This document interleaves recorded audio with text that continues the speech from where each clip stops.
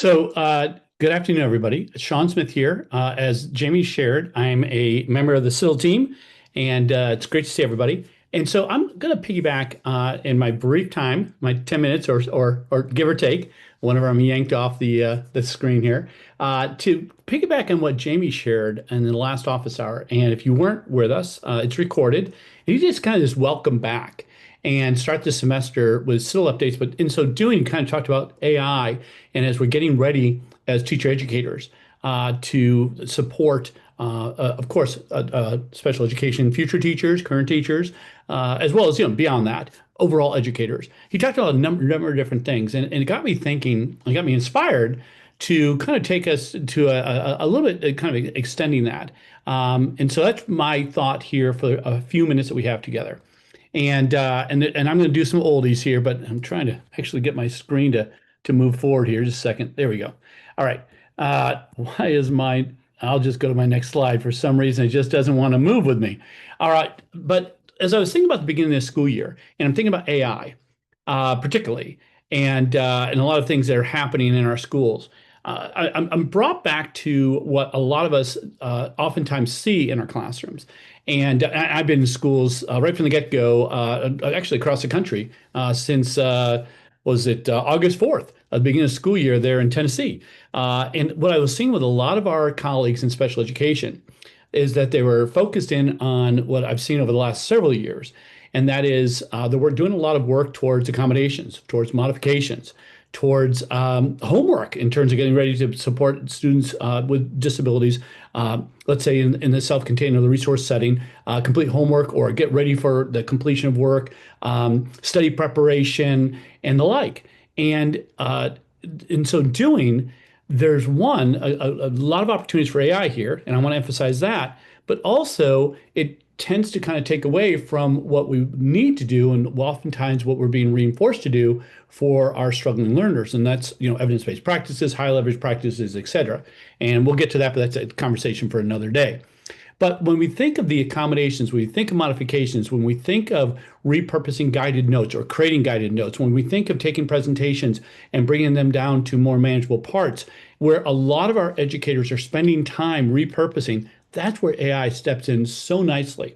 And so we can unpack this several different ways. We can unpack this from what we need to, in teacher education, develop amongst our educators. And that's where kind of Jamie was going in terms of the AI literacy skills and all the different types of things we need to be doing there. And I want to piggyback on that. I want to repeat that.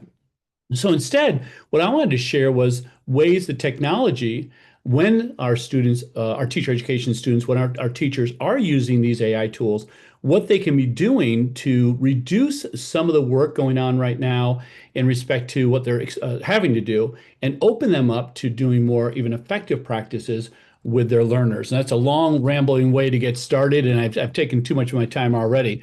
So I'm going to go a few standbys for me. And one standby, and the folks that have been around me for a while know I love DiffIt. And yes, DiffIt, I'm going to start to step away from DiffIt only because DiffIt's getting a little bit more expensive. But to me, it's a perfect example of, as a special educator, I'm going to work with my general education colleague, and I'm working in fourth grade in Charlotte's Web, and I need to create a vocabulary list, or I need to create a study guide, or I need to break up information for photosynthesis, or for the making of a cell, or for the three branches of the government, or for you guys add to that list. Oftentimes, where we spend a lot of our time. And yet DiffIt, if you're unfamiliar with it, it's worth a visit. There's a free component, and yes, there's a pay component. And if we have time, I'll be happy to share it with you, but I want to share a couple of things before I move on.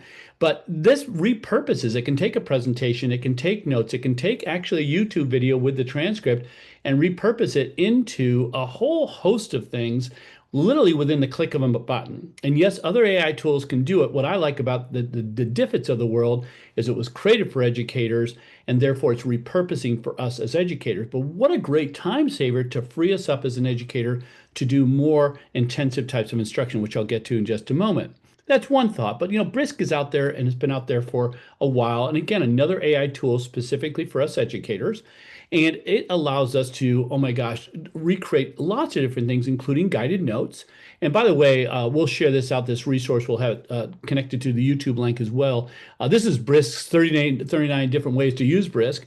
But it's a great way. Again, I have a presentation, let's say, and I'll go back to that presentation that a general education colleague is using, and we need guided notes from it. Well, instead of me creating the guided notes or looking for that content teacher to create the guided notes, the AI does it for us. And then, of course, then it saves both of us time to be able to share with the student then has that, freeing us more time as a special educator to be able to provide that additional instruction. So one of the technology that many of us know, but maybe we don't think about, and this is a video I don't want to get to, so I just wanted to offer the visual.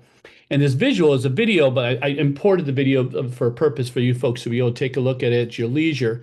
And we'll make that resource available. But NotebookLM, it's been out there for a couple of years now, and NotebookLM, of course, repurposes information. It gives summaries, it gives timelines, it gives study guides. And I know this could be a little bit larger screen, but it's a video and it's embedded video to walk you through how to use all those resources, as well as putting it down into a podcast that offers a audio summary. So again, I can take my original materials, instead of me having to recreate all those materials, it will do it for me to be able to then give to the student and free me up for more time. More time for what, Sean?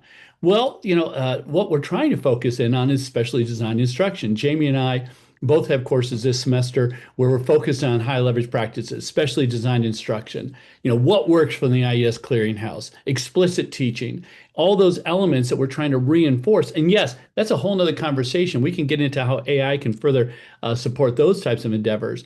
But by being able to take some of those things that we've spent time and we see our special education teachers spending time on is, the accommodations, repurposing, reorganizing information, completion of tasks to be able to help students complete their homework, study guides and things of that nature. If AI can do that for our special education teachers and our general education teachers, freeing us up then for time for implementing learning strategies, things of that nature that can be much more effective, as we know. And this is the knowledge and skills we're trying to teach our students at the higher education level to be able to apply into their classrooms.